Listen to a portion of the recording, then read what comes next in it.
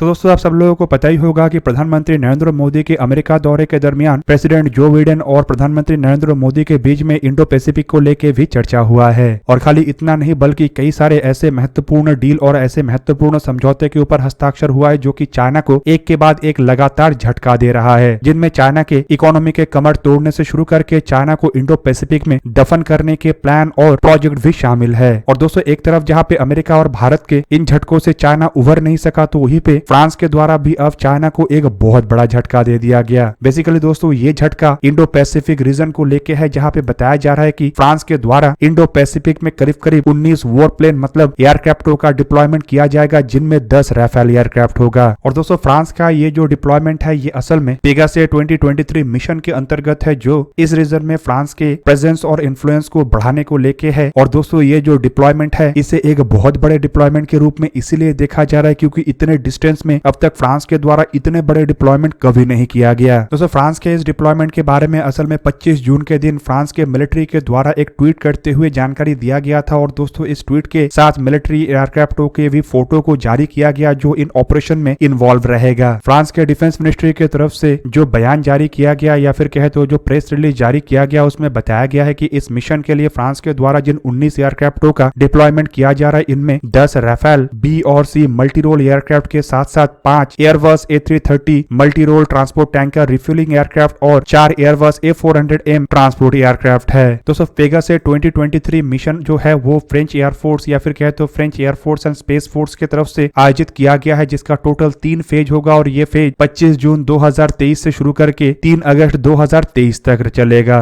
जिनमें 25 तारीख से लेकर 28 तारीख के दरमियान बताया जा रहा है कि एक साइमल्टेनियस पावर प्रोजेक्शन होगा जो कि फ्रांस के मेट्रोपॉलिटन एयरवेज से शुरू करके करीबन 11,000 किलोमीटर दूर तक मतलब मलेशिया और सिंगापुर तक होगा। और दोस्तों ये 11,000 किलोमीटर के दरमियान फ्रांस के इन एयरक्राफ्टों के द्वारा एक स्टॉप ओवर भी किया जाएगा जो कि फ्रेंच एयरफोर्स के यूनाइटेड अरब अमीरात स्थित एयरवेज में होगा। दोस्तों यूनाइटेड अरब अमीरात के अल दफरा एयरवेज में स्टॉप ओवर के बाद यहाँ से ये जो एयरक्राफ्टों का बेड़ा है इसे 2 भाग में डिवाइड कर दिया जाएगा, जिनमें से एक भाग सिंगापुर की तरफ आगे बढ़ेगा तो वहीं पे दूसरा भाग मलेशिया की तरफ आगे बढ़ेगा। और दोस्तों इन दोनों भागों के द्वारा जहाँ पे सिंगापुर और मलेशिया के साथ एक्सरसाइजेस को अंजाम दिया जाएगा, तो वहीं पे एक्सरसाइज को खत्म करके ये दोनों ही बेड़ा अमेरिका के बेड़े के साथ मिलने के लिए आगे बढ़ जाएगा। और अमेरिका के बेड़े के साथ ग्वाम और पलालू में 2 जुलाई से लेके 21 जुलाई के दरमियान मल्टीपल एक्सरसाइजेस को अंजाम दिया जाएगा। अब दोस्तों एक तरफ जहाँ पे अमेरिका के साथ ये एक्सरसाइज को अंजाम दिया जाएगा, तो वहीं पे दूसरी तरफ और एक कंटिजेंट जो कि A400M और MRTT एयरक्राफ्टों के साथ होगा, वो पैसिफिक में स्थित फ्रेंच ओवरसीज टेरिटरी या फिर कहते हो फ्रांस के जो न्यू कैलेडोनिया और फ्रेंच पॉलिनेशिया आइलैंड है वहां पे अलग अलग मिशनों को अंजाम देगा। और दोस्तों ये एक्सरसाइज खत्म होने के बाद बताया जा रहा है कि जुलाई 24 से लेके अगस्त 3 के दरमियान ये जो संपूर्ण फ्रेंच बेड़ा है ये साउथ कोरिया, जापान और इंडोनेशिया में स्टॉप ओवर करेगा और यहाँ पे तीनों देशों के साथ ही अलग अलग एक्सरसाइजेस को अंजाम देगा। और उसके बाद दोस्तों जब ये एक्सरसाइज खत्म होगा तो फ्रांस का ये बेड़ा अपने देश मतलब फ्रांस में वापस जाएगा, लेकिन वापस जाने के दरमियान कतर और जिबूती में एक स्टॉप ओवर होगा और उसके बाद ही ये बेड़ा फ्रांस पहुंचेगा। अब दोस्तों यहाँ पे जो 1 महीने से भी लंबा फ्रांस का मिशन का जिक्र किया गया, ये चाइना के लिए एक बहुत बड़ा चेतावनी है, क्योंकि जहां जहां पे फ्रांस का ये बेड़ा रुकेगा और जहां जहां पे एक्सरसाइजेस को अंजाम देगा वो सभी चाइना के नजदीक है। और एक तरीके से कह सकते हैं कि ये सभी जगह वो जगह है जहां पे चाइना का कोई ना कोई डिस्प्यूट है, चाहे वो सिंगापुर हो, मलेशिया हो, साउथ कोरिया, जापान या इंडोनेशिया हो, इन सभी देशों के साथ चाइना का डिस्प्यूट पड़ा हुआ है। और ये सभी आइदर साउथ चाइना सी में है या फिर साउथ चाइना सी से काफी नजदीक है। और दूसरी तरफ ग्वाम और पलालू को अगर देखा जाए तो ये असल में अमेरिका के वही बेस है जो चाइना के काफी नजदीक है। और अगर भविष्य में कभी चाइना और अमेरिका के बीच में लड़ाई होता है तो यही से ही अमेरिका अपने लड़ाई को आगे बढ़ाएगा। दूसरी तरफ जो फ्रांस के ओवरसीज टेरिटरी का जिक्र किया गया है इसे लेके भी फ्रांस चिंतित है, क्योंकि पैसिफिक ओशन में जिस तरीके से चाइना आगे बढ़ रहा है इससे कभी भी चाइना हमला करते हुए इन टेरिटरियों के ऊपर कब्जा कर सकता है। और दोस्तों चाइना ये इसीलिए करेगा क्योंकि चाइना को पैसिफिक ओशन के अंदर बना बनाया बेस चाहिए। और पैसिफिक ओशन के ये जो टेरिटरी है ये फ्रांस के मेनलैंड से काफी दूर है, इसलिए चाइना को कई बार ये भी लग सकता है कि इसके ऊपर कब्जा करना आसान होगा। और फ्रांस अगर रिटेलिएट करता भी है तो फ्रांस पैसिफिक तक आके चाइना के साथ नहीं लड़ सकता है। पर फ्रांस की तरफ से इस एक्सरसाइज को अंजाम देते हुए ये साफ कर दिया गया है कि इंडो पैसिफिक में फ्रांस का कई सारा दोस्त देश है जहां पे फ्रांस अपने बेड़े को उतार सकता है और वही से ही अपने लड़ाई को अंजाम दे सकता है। ऊपर से इंडो पैसिफिक का जिक्र करके फ्रांस की तरफ से यह भी साफ कर दिया गया है कि फ्रांस असल में open and free Indo Pacific Pacific के पक्ष में है, जो कि भारत और अमेरिका का एक बहुत बड़ा गोल है, ताकि इस एरिया में चाइना जो कब्जा करना चाहता है उसे रोका जा सके और छोटे छोटे देशों को इंडिपेंडेंट रखा जा सके। ऊपर से दोस्तों अगर देखा जाए तो इंडो पैसिफिक अलायंस को लेकर भी फ्रांस की तरफ से कई बार ये कहा जा चुका है कि फ्रांस इंडो पैसिफिक अलायंस के साथ है। और यहाँ पे आपके जानकारी के लिए बता दूं कि इंडो पैसिफिक अलायंस और कुछ और नहीं बल्कि चाइना के एग्रेशन के खिलाफ उन देशों का एक गठबंधन है जो इस एग्रेशन से परेशान भी है और इस एग्रेशन को काउंटर करते हुए इंडो पैसिफिक को एक फ्री और ओपन एरिया रखना चाहता है। अब दोस्तों यहाँ पे बात यह है कि फ्रांस के इंडो पैसिफिक विजन असल में क्या है और इससे चाइना क्यों डरा हुआ है। बेसिकली दोस्तों फ्रांस का जो इंडो पैसिफिक विजन है वो फ्रांस के अपने खुद के जो इंडो पैसिफिक आइलैंड है उसे सिक्योर करने के साथ साथ अपने ट्रेड इंटरेस्ट को सिक्योर करना है। ऊपर से अगर देखा जाए तो फ्रांस का उन सभी देशों के साथ अच्छा और बेहतरीन रिलेशनशिप है जिसके साथ चाइना का फड्डा है। और चाइना फ्रांस के इंडो पैसिफिक विजन से इसीलिए डरता है क्योंकि अगर इसके तहत फ्रांस के द्वारा परमानेंटली अपने एयरक्राफ्ट और अपने मिलिट्री एसेटों को इंडो पैसिफिक रीजन में खास करके साउथ चाइना सी के नजदीक वाले इन देशों में डिप्लॉय कर दिया जाता है तो चाइना के लिए और एक खतरा बढ़ जाएगा। ऑलरेडी इंडो पैसिफिक में चाइना के एग्रेशन को काउंटर करने के लिए क्वाड देश मतलब अमेरिका, भारत, जापान और ऑस्ट्रेलिया एकत्रित हो चुका है और ये भी बताया जा रहा है कि क्वाड में आने वाले समय में और भी कई सारे देश जुड़ सकता है, जिनमें ज्यादातर साउथ चाइना सी के उन सताए हुए देश है जो कि चाइना के एग्रेशन का शिकार भी हो रहा है और जिनके टेरिटरी के ऊपर चाइना इलीगली कब्जा करना चाहता है। और दोस्तों ताइवान के मामले को लेकर ऑलरेडी चाइना और अमेरिका के बीच में टेंशन और तनातनी चल रहा है और भारत के हिमालयन बॉर्डर को लेकर भी चाइना और भारत के बीच में तनातनी है। और ऐसे में दोस्तों यहाँ पे अगर और एक ताकतवर देश आ जाता है तो ये चाइना के जो मिलिट्री पावर है उसे संपूर्ण रूप से अलग अलग तरीके से बिखेर देगा। अब दोस्तों बाकी रहा फ्रांस के एयरक्राफ्टों के डिप्लॉयमेंट, तो दोस्तों यहाँ पे फ्रांस के द्वारा जो मल्टी रोल फाइटर एयरक्राफ्ट मतलब राफेल एयरक्राफ्टों का डिप्लॉयमेंट किया गया है उससे भी चाइना काफी अधिक डरता है, क्योंकि दोस्तों ये एक ऐसा एयरक्राफ्ट है जिसे पकड़ पाना, देख पाना या मार गिरा पाना चाइना के एयरक्राफ्टों के लिए जहाँ पे नामुमकिन है तो वहीं पे चाइना के मिसाइल भी इन एयरक्राफ्टों को काउंटर करने का क्षमता के साथ नहीं है। और इसका इशारा तो तभी मिल गया था जब भारत को फ्रांस की तरफ से पहला राफेल एयरक्राफ्टों का डिलीवरी किया गया था और उसे लेके चाइनीज मीडिया की तरफ से लगातार अलग अलग बयानबाजी किया जा रहा था और साथ में ये भी दर्शाया जा रहा था कि कैसे चाइना अपने J-20 एयरक्राफ्ट मतलब तथाकथित स्टेल्थ 5th जनरेशन के एयरक्राफ्टों के द्वारा राफेल का काउंटर करेगा। दोस्तों राफेल एयरक्राफ्टों को चाइना इंडो पैसिफिक रीजन में लाके एक तरीके से इन एयरक्राफ्टों को प्रमोट भी करेगा और अन्य देशों के सामने इन एयरक्राफ्टों के फीचर को भी दर्शाएगा, जिससे कई सारे देश एयरक्राफ्टों को लेके इंटरेस्ट भी हो सकता है, मतलब इन एयरक्राफ्टों के बिक्री का संभावना बढ़ जाएगा। और दोस्तों भारत के अलावा अगर इस क्षेत्र में और भी कुछ देशों के द्वारा इन एयरक्राफ्टों को परचेस किया जाता है तो आप समझ सकते होंगे कि चाइना के लिए खतरा और कितना बढ़ेगा। हालांकि खबरों के मुताबिक दावा किया जा रहा है कि इंडोनेशिया के द्वारा भी करीबन 42 राफेल एयरक्राफ्टों को खरीदने को लेके ऑर्डर दिया गया है, जो कि जल्द ही इंडोनेशिया को मिल सकता है और साउथ चाइना सी के नजदीक डिप्लॉय हो सकता है। और इसके अलावा फ्रांस के द्वारा ये अपने पूरा डिप्लॉयमेंट के एक बहुत बड़े समय असल में अमेरिकी नेवी के साथ एक्सरसाइज किया जाएगा, जो कि एक तरीके से अमेरिका के नेवी के लिए भी एक बहुत ही बेहतरीन प्रैक्टिस सेशन होगा, जबकि फ्रांस के एयरफोर्स इसके साथ इस एरिया में कैसे ऑपरेट किया जाता है उससे भी सीख सकेगा। मतलब भविष्य में अगर लड़ाई होता है और अमेरिका या अन्य देशों को फ्रांस का जरूरत पड़ता है तो तुरंत ही फ्रांस अपने इस एक्सपीरियंस के साथ इन एयरक्राफ्टों को लेके अपने एलाई देश खास करके भारत और अमेरिका की मदद में आ सकेगा। और दोस्तों इन्हीं कारणों की वजह से माना जा रहा है कि अमेरिका और भारत के द्वारा चाइना को एक बड़ा झटका देने के बाद अब फ्रांस का ये जो एक्सरसाइज है ये चाइना के लिए एक दूसरा बड़ा झटका है। तो दोस्तों आज का वीडियो यही पे ही करते हैं समाप्त। किसी और एक दिन किसी और एक वीडियो में मिलेंगे, तब तक के लिए जय हिंद, वंदे मातरम।